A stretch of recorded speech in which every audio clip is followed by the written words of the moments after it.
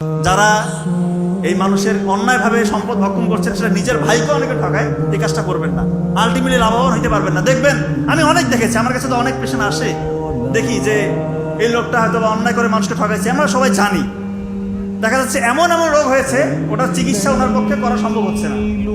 হয়তো একটা চিকিৎসা থেকে কোনো মতো করছে, আবার একটা রোগ ধরতেছে, তার সন্তানগুলো বিগড়ে গিয়েছে, সন্তানগুলো দেখা যাচ্ছে তার লাইনচ্যুত, অসহায়। ওই লোকটা অসহায়, টাকা পয়সা কিন্তু কমতি নাই, অবৈধ টাকা ইনকাম করছে।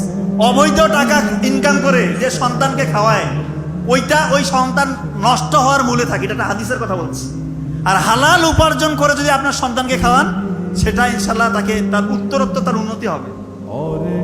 এই জন্য হারাম ইনকামের দিকে যাবেন না। অনেক সুযোগ আপনাদের আসবে।